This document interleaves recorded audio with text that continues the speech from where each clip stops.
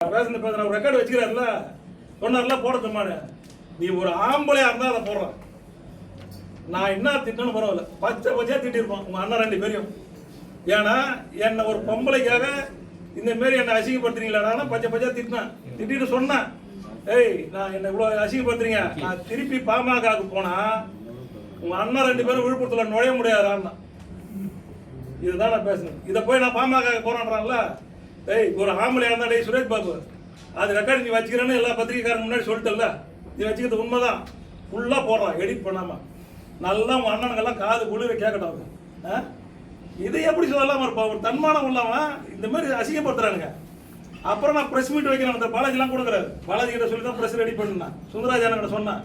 என்ன சொன்னது பிரஸ், இவனுங்க ரெண்டு பேரும் பண்ற அட்டூழியத்தை நான் பிரஸ்ல சொல்லணும்.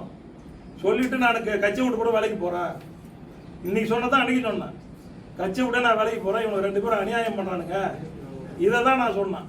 இதை திருப்பி நான் சொல்றான். திருப்பி பாமக போற ரெக்கார்டுக்கு நேரம், டேய் நீ ரெக்கார்டு வைக்கிறதுல போடு, நீ வச்சுக்கிற ரெக்கார்ட்லாம் போடு, நீ ஒரு ஆம்பளையா இருந்தா போடு. நான் இன்னும் முழுங்கப்பா அவங்க அண்ணன் கேட்ட மாரி கொள்ள மேல சத்தியம் பண்ண அந்த மேலே ஈவ ரெக்கார்ட்லாம் கிடையாது. நீ 50 வருஷம் கழிச்சு டெஸ்ட் டியூப்ல குழந்தை பெற்றுக்கணும். உன்னை போய் நான் போய் குழந்தை மேல சத்தியம்லாம் நான் கேட்க மாட்டேன். உங்க அண்ணன் கேவலமா கேட்டானா புள்ள மேல சத்தியம் பண்ண அந்த மாதிரி கேவலமா நான் பண்ண மாட்டேன். என்ன நீங்க எவ்வளோ கேவலமா பேசுறீங்களோ எவ்வளோ பண்றீங்களோ, பணத்துக்கு ஆசைப்பட்டு நீங்க நான் பெரிய போலீஸ் வந்தாந்துருக்கணும். பணத்துக்கு ஆசைப்பட்டவன் நான் கிடையாது.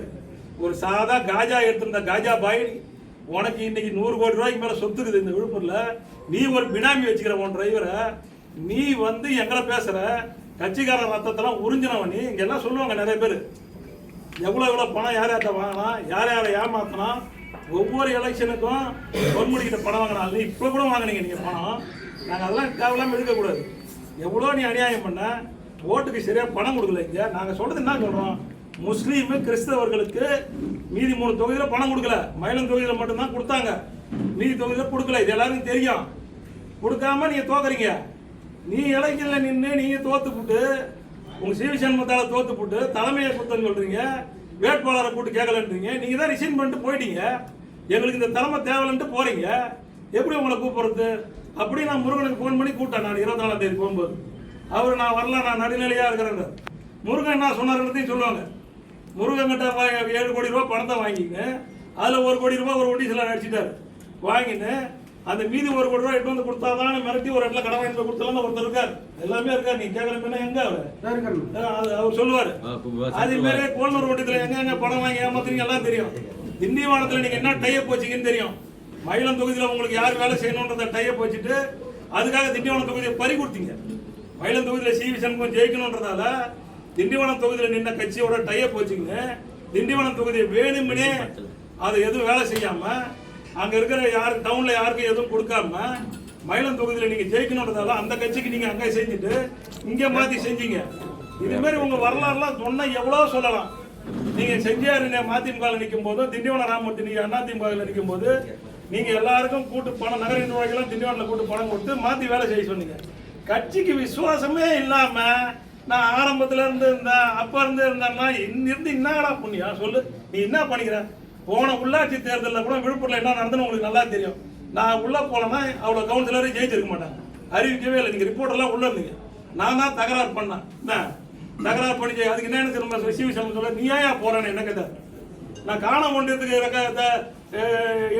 கவுண்டிங் அது வேற நாள் அங்கே நான் போறேன்னு கேட்டேன். என்ன போவாதா என்ன புரியுதா? நாங்க 2006 திமுக ஆளுங்கட்சியில 10 கவுன்சிலர் ஜெயிக்க வச்சாரு. உன் வார்டுல ஒரு கவுன்சிலர் ஜெயிக்க துப்பு இல்லாத ஒரு மந்திரி நீ ஒரு வடக்கு மட்ட தளபதி இவ்வளவு நாள் ஏமாத்தி நின்றுட்டான்னா திமுக. இன்னைக்குதான் உன்னை கூட்டலாம் நாங்க எவ்வளவு நாங்க சொல்லணும்னு நினைச்சோம். போனா போதும் விட்டா நீ சும்மா உங்ககிட்ட இருக்கிற எடுபடியை வச்சுக்கின்னு அதை செஞ்சாங்க, பேரம் பேசினாங்க, இதெல்லாம் சொல்ற. உன்னை காப்பு நான் மட்டும் அன்னைக்கு நான் அங்க அம்மா கிட்ட வந்து சேரலன்னா நீ தொழிலாளர் துறை அமைச்சர் அதெல்லாம் போயிட்டு இருக்கோம். நான் சேர்ந்த 2வது நாள் உனக்கு கல்வி அமைச்சர் கொடுக்குறாங்க அம்மா. என்ன பசுபதினு ஒரு வலிமையான ஆளை கொண்டாந்து சேர்த்து நான் கழகத்துல சிவி சண்முகன்னு நான் சேர்ந்த 2வது நாள்ல உனக்கு கல்வி அமைச்சர் கொடுத்தாங்க. இன்னும் உண்டா இல்லையான்னு சொல்ல அவனுங்களா சத்தியம் பண்ண சொல்லு. நான் என்னாலதான் உனக்கு கல்வி அமைச்சர் கிடைச்சது. கோடி கோடியா சம்பாதிச்சேன். என்ன எங்களுக்கு பண்ணிட்டு நீ கொஞ்சம் சொல்றான். வேலை கொடுத்தாங்க டிஆர்டில ஒரு 5 லட்சம் ரூபாய் வேலை கொடுத்தாங்க. அது ஒரு வேலையாது என்ன? நான் பொழைக்கவே கூடாது. நான் சம்பாதிச்சுட்டா பெரிய ஆள் ஆயிடுவோன்னு என்ன சம்பாதிக்க கூடாது தடுத்தானுங்க. இன்னொன்னு சொல்றான், பண்டகசால தலைவரா அவர் ஆக்கினாங்க. இவன் ஏங்க ஆக்குறானு என்னை வந்து லட்சுமணன் டாக்டர் லட்சுமணன் மாவட்ட செயலாளர் இருக்கும்போது தான் நான் பண்டக சாலை தலைவர் ஆகிறேன். இவன் எதுவுமே எனக்கு பண்ணல, இவன் பண்ணல, அதை சொல்றான். இது மாதிரி எதுவுமே பண்ணது கிடையாது. 2010 அம்மா வந்து உன்னை 2012 கட்சியை விட்டு நீங்க நாங்கள் எல்லாம் சொன்னாங்க. நீங்க ஒன்று சிபி சண்முகம் போய் கார்டன்ல வாசல்லே நிக்கல, அவர் ஒருத்தர் தான் அப்படியே தைரியமா இருந்தாருன்னு. அதுக்கு என்ன காரணம் தெரியுமா?